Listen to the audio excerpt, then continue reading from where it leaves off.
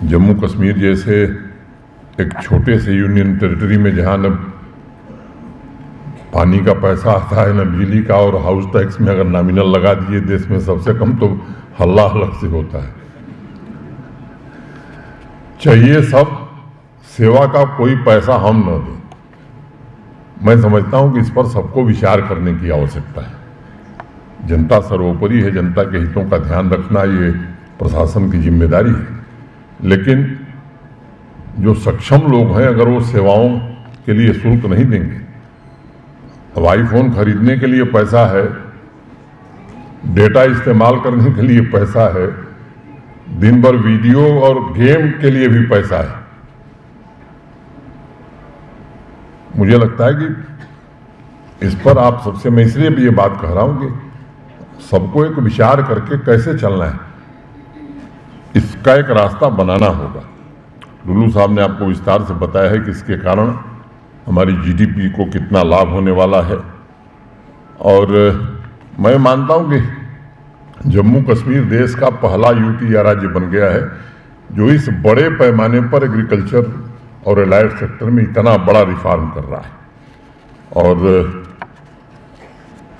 Vice chancellor साहब ने बताया 21 तारीख को कोशिश हो रही है कि हमारे जो इंस्टीट्यूशंस हैं वो भी अब इंटरनेशनल स्टैंडर्ड के हो जाएं, चाहे वो इसकास्ट कश्मीर हो, इसकास्ट जम्मू हो या बाकी हमारी यूनिवर्सिटीज़ हो।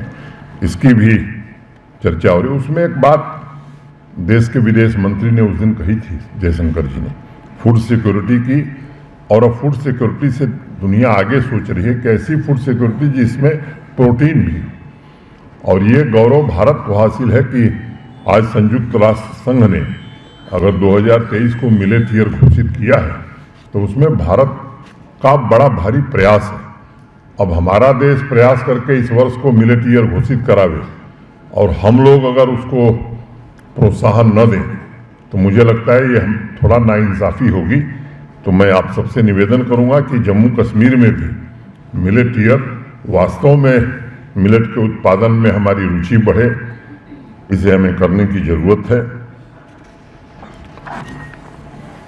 किसान भाइयों की निर्भरता को कैसे आत्मनिर्भरता में परिवर्तित किया जाए,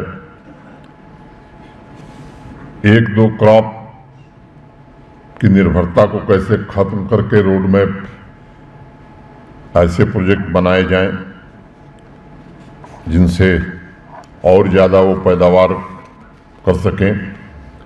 अभी कुछ दिन पहले बैंकों के प्रतिनिधियों के साथ, आप में से अनेक लोग गवाह हैं, हम लोगों ने एक बैठक करी थी। तो जहां सरकार फंड का इन्फ्यूजन कर रही है वहीं बैंकों से भी निरंतर हम संपर्क कर रहे हैं कि कृषि क्षेत्र और एलाइड सेक्टर को अधिक से अधिक क्रेडिट लिंकेज, जो नेशनल लेवरेज है वो तो प्राप्त करना ही है, अभी उससे हम काफ़ी पीछे हैं। और उस दिन मैंने एक बात कही थी कि रीजन वाइज, डिस्ट्रिक्ट वाइज सबको अधिक से अधिक मिले, इसकी हम कोशिश कर रहे हैं। मैं फिर से आप सबको इस बात की बधाई देता हूं। और जो ग्रोथ रेट हमने लक्ष्य रखा है कि अभी 2% से हमको 11-11%, मैं मित्रों में कोई एग्रीकल्चरल साइंटिस्ट नहीं हूँ, लेकिन पता नहीं क्यों मुझे लगता है कि ये बड़ा कंजर्वेटिव अप्रोच इन लोगों ने रखा है।